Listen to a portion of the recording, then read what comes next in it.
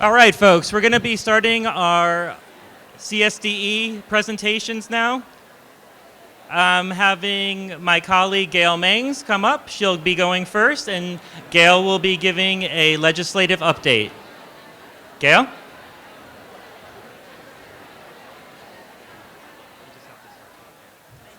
It's all right.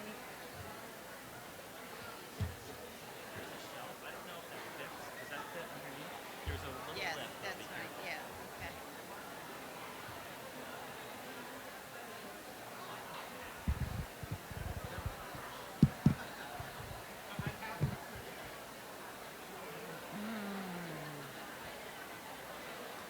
You're still milling around. To start. Okay. Good morning.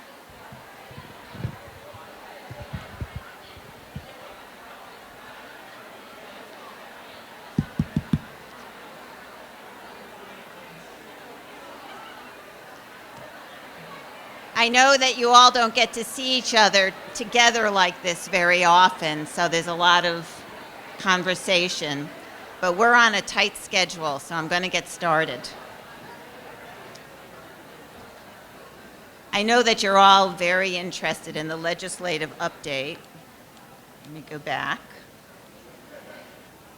I always think that one of the most dangerous times of the year is when the legislature is in session.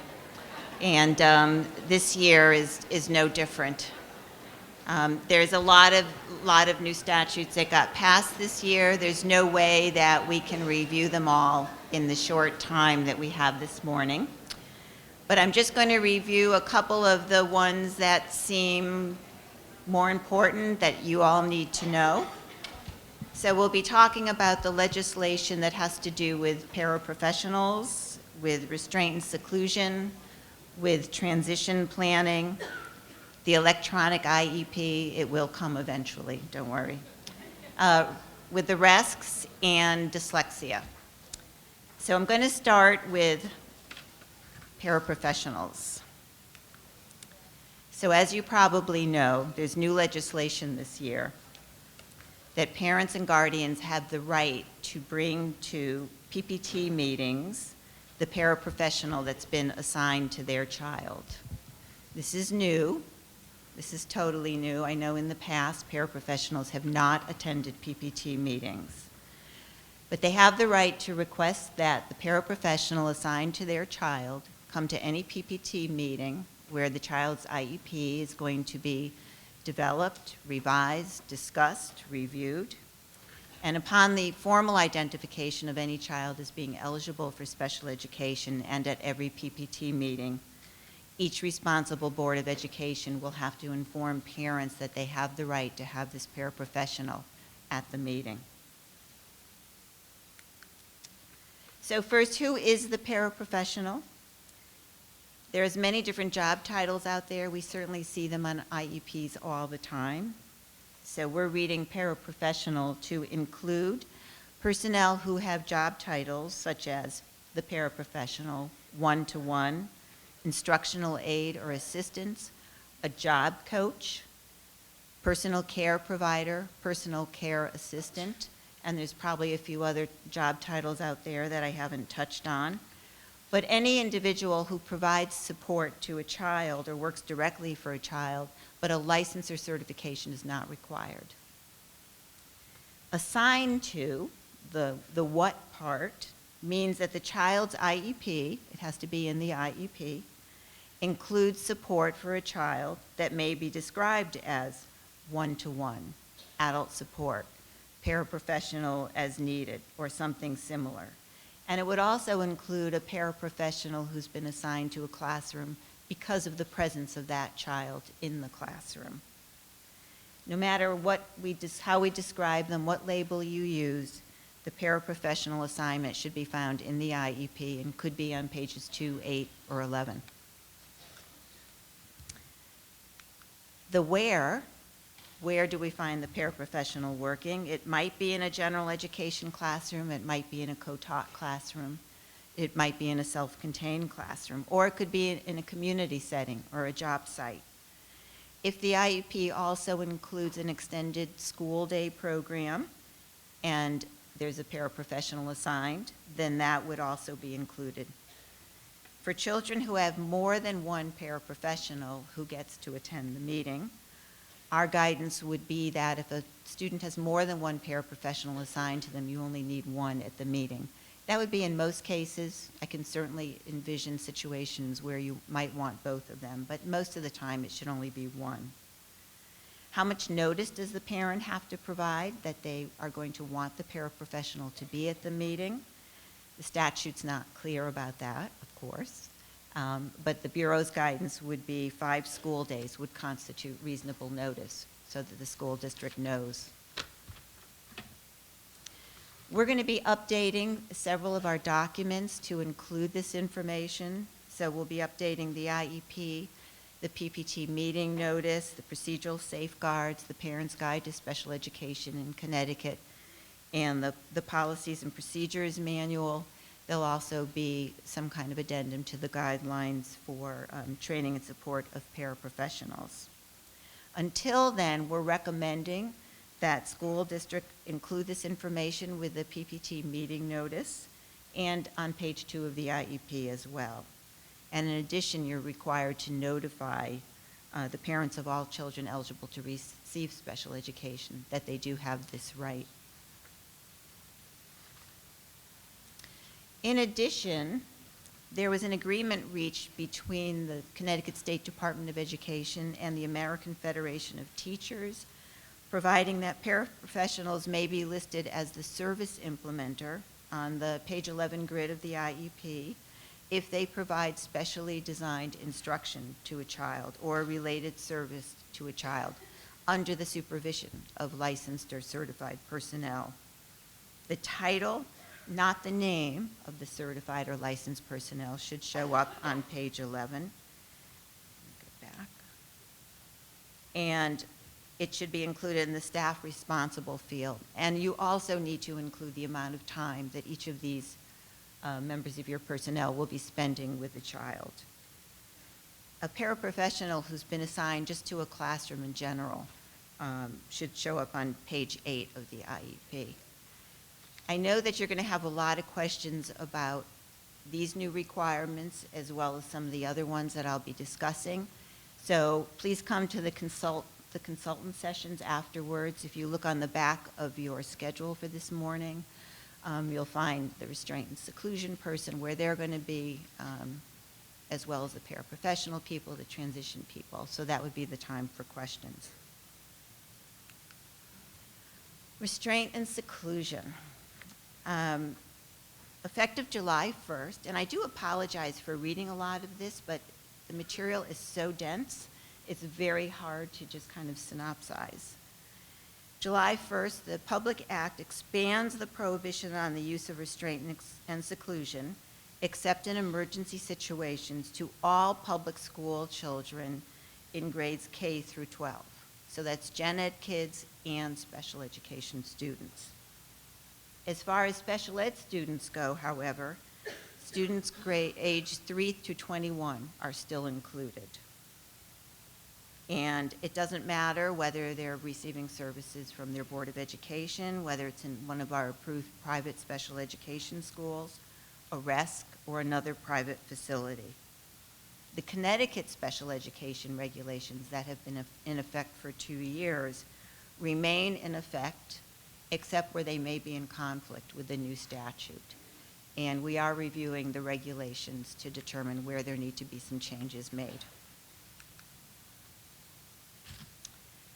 The new Public Act has limited the use of seclusion to emergency situations where a child presents a risk of injury to themselves or others and does not allow for a broad exception in the IEP.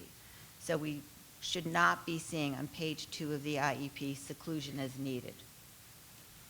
As previously set forth in our regulation, and this is not new, when a PPT has determined that all less restrictive, am I on the right page here? One more. There we go. When the PPT determines that all less restrictive positive behavior supports and interventions have been implemented but have not been effective, Then and only then, the use of seclusion as a planned intervention can be considered by the planning and placement team. Even then, this should occur only if the team has developed a behavior intervention plan that's based upon the results of a current functional behavior analysis and assessment. Then the PPT can consider including seclusion as a planned intervention in the behavior intervention plan. But the behavior intervention plan must include the data and the other information that you've used to develop from the FBA, where the seclusion can occur, how long the seclusion can occur for, the number of times a day that a student may be placed in seclusion, and how often the PPT agrees to the frequency of monitoring, considering the disability, the age, the behaviors, everything you would consider. Parents have to be notified within 24 hours after a student is placed in restraint or seclusion, though you should always make an attempt to notify the parents as soon as possible. A copy of an incident report has to be provided not later than 2 business days after the emergency use of restraint or seclusion. And each incident of restraint or seclusion must be recorded and specified whether the seclusion was an emergency or was done in conjunction with a behavior intervention plan. If the restraint or seclusion exceeds 15 minutes, then an administrator or their designee, a school health or mental health personnel, a BCBA who's been trained in the use of restraint or seclusion should determine if we need to continue the restraint or seclusion in order to keep the student or others safe. Restraint or removal to seclusion can occur only by employees who have the appropriate training. So there are some new training requirements. The room that's used for seclusion now must have an unbreakable observation window in the wall or door so that the child can be frequently monitored visually. And the window must allow the student to have a clear line of sight from inside the room beyond the area of seclusion. The other requirements that have previously been in our state regulations are still in place. When physical restraint or seclusion is used more than 4 times in a 20-school day period for a student who's eligible for special education or who's in the referral and evaluation process, a PPT meeting must be convened. Only for those students whose IEP includes seclusion as a behavior intervention, if seclusion is repeated 4 or more times in a 20-school day period. In that situation, where it's a planned intervention through a BIP, then the parent and PPT can determine how often they need to meet and how the parent will be notified of each incident. We are going to be providing an overview of the requirements. There'll be more specific guidance forthcoming from the Bureau regarding the use of restraint and seclusion. I think we missed the July 1st, 2015 deadline, but it's coming. Beginning July 1st, 2015, each Board of Ed must have a plan, must create a plan to be implemented by July 1st of 2017 to provide their staff with training, and by July 1st, 2019, all school professionals, paraprofessionals, administrators have to be trained in the prevention of incidents requiring restraint and seclusion and how to properly physically restrain students. As of July 1st, all schools are supposed to have a crisis intervention team. I think a lot of you already do, composed of members who've been appropriately trained in physical restraint and seclusion. And as currently required, each district must record each incident of physical restraint or seclusion, specify whether it's in accordance with the IEP and the behavior intervention plan, the nature of the emergency, and an annual compilation has to be provided to the state. Moving on to transition planning, effective July 1st, when a child has been formally identified as eligible for special education, and at each PPT meeting, the parents have to be informed of relevant information and resources relating to IEPs, including now transition resources and services. And the state board is now required to ensure that the information is provided to parents of children requiring special ed. We have in the past recommended and continue to recommend that you provide Building a Bridge, a transition manual for students, the IEP manual, and the Parent's Guide to Special Education in Connecticut. The State Board of Education is going to be drafting a Bill of Rights for parents receiving special education so that parents know that they have the right to request consideration of transition services for their child aged 18 to 21 who's eligible for special education, the right to receive transition resources and materials from the state and the responsible Board of Ed, and the requirement that a student success plan has to be developed for each student beginning in grade 6, and the child's right to receive realistic, I think I'm on the wrong page, and specific post-graduation goals as part of their child's IEP.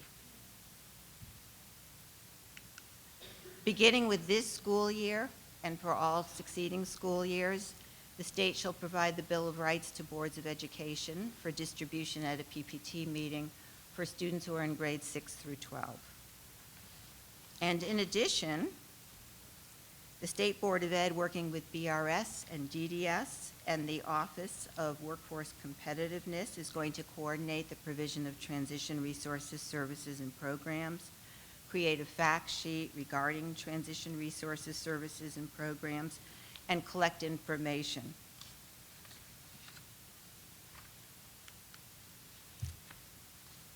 Transportation of special education students.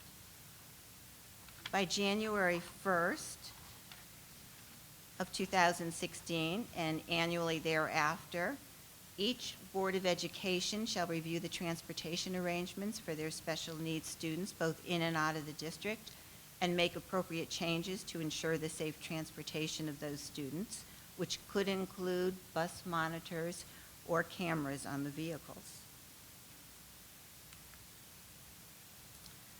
The RESCs, there are some new requirements around RESCs. A special education funding work group is going to be created to study the funding provided to and the expenditures of the RESCs for the provision of special education and related services, including the sources of special ed funds received by the RESCs and the way they use that money to provide special education services. And this funding work group will also make recommendations regarding how RESCs can access additional special education funding and use those funds more efficiently.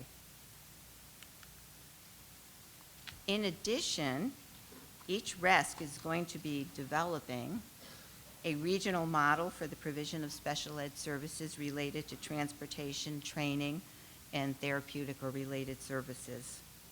Each regional model is supposed to consider LRE and include a regional transportation plan, a regional educator training plan, a regional plan for the provision of therapeutic and related services, and a plan for the provision of transportation, training, and therapeutic services that will be available to each school district within that RESC's catchment area.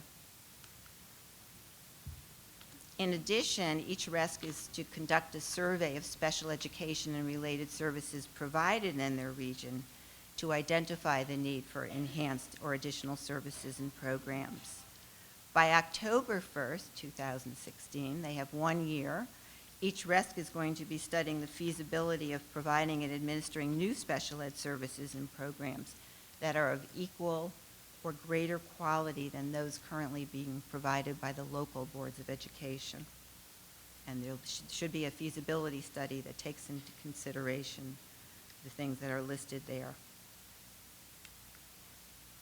Dyslexia. The State Department of Education Commissioner shall designate an SDE employee to provide information to boards of ed regarding the detection of, the recognition of, and evidence-based structured literacy intervention for students with dyslexia, additional training time for all teachers in certification programs, Each Board of Ed now is going to be required to provide an in-service training for their certified staff in those areas. And by January 1st, 2016, which is not very far away, the SDA will be developing or approving reading assessments for use by boards of education for the school year beginning July 1st of 2016 to identify students in kindergarten through grade 3 who are below proficiency in reading, provided any reading assessments developed or approved include frequent screening and progress monitoring, and basically produce useful data and assist in identifying students at risk for dyslexia or other reading-related learning disabilities. And this is to start with children in kindergarten. And now it's my pleasure to introduce Diane Murphy, who's going to discuss all things data.